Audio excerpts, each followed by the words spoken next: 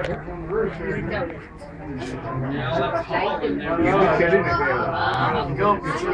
your way. Swapping your way. Swapping your way. Sorry. Swapping your way. Swapping your way. No, friend. Seats we got open down front. We want to sit in the middle. 1, 2, 3.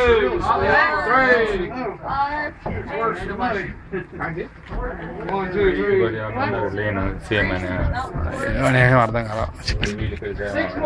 I don't know. But you want to come this side?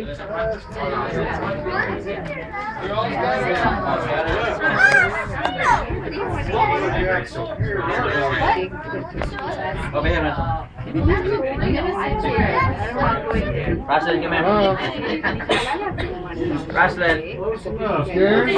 Ryan, what about me? Oh my god.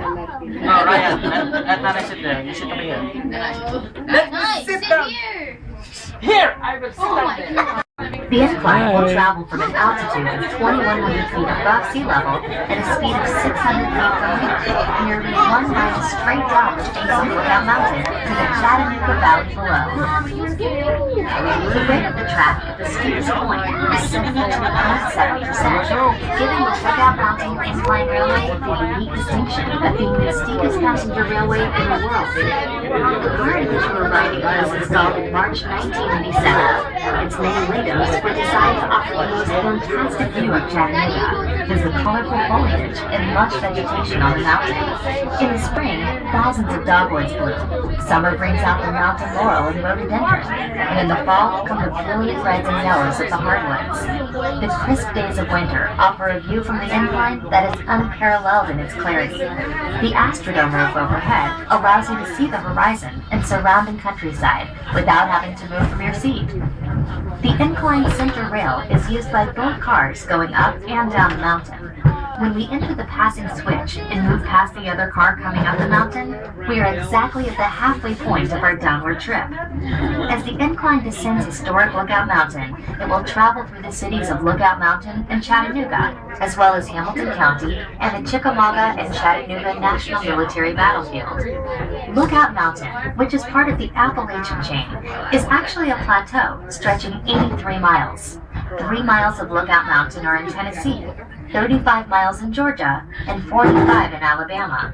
For many years, one of our local artists had an arts and crafts show each fall at a place way out of the mountain that she named Plum Nellie, because it was plum out of Tennessee and Nellie out of Georgia.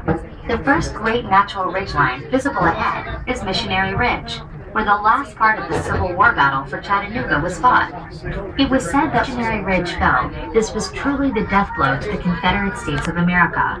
Chattanooga was known as the gateway to the South because it was a major rail center and had natural passes through the mountains. Chattanooga became the staging point of the famous Battle of Atlanta, immortalized in Gone with the Wind. During the Civil War, the hardest fighting for Lookout Mountain occurred at what is now known as Battlefield Park. The Craven's House, which first served as headquarters for the Confederate Army and then the Union Army all in one day's time, is one of the landmarks in the park. The house was built by Robert Cravens in 1850, and he lived there with his family for nearly 13 peaceful years. However, on November 24, 1863, the first of many cannonballs fired from Union batteries began smashing into and around the house. The long-awaited Union Army attack on Lookout Mountain had begun. On March 3, 1893, the United States government, recognizing the historical significance of the Cravens House, purchased it and the surrounding 85 acres of land. This was soon to be designated Battlefield Park. The park now holds many artifacts of the war, including Pierrot guns used by Confederate soldiers and monuments which stand as silent remembrances to those gallant men from both sides. At Point Park, you can see the New York Peace Monument, which stands 95 feet tall and portrays both a Confederate and Union soldier in a handshake of friendship. As far as is known, this is the only Civil War monument honoring both armies on the same monument.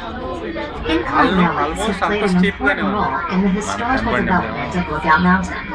The first incline was completed in 1887 as a means of travel to the scenic area just below the point atop the mountain. In 1890, 1888, Point Hotel, a lavish 4-story inn with an unequaled view, opened to the public at the top of the first incline. The hotel was as splendid as the surrounding scenery, and the ride in the incline was an exciting experience with a trip to the top lasting over an hour.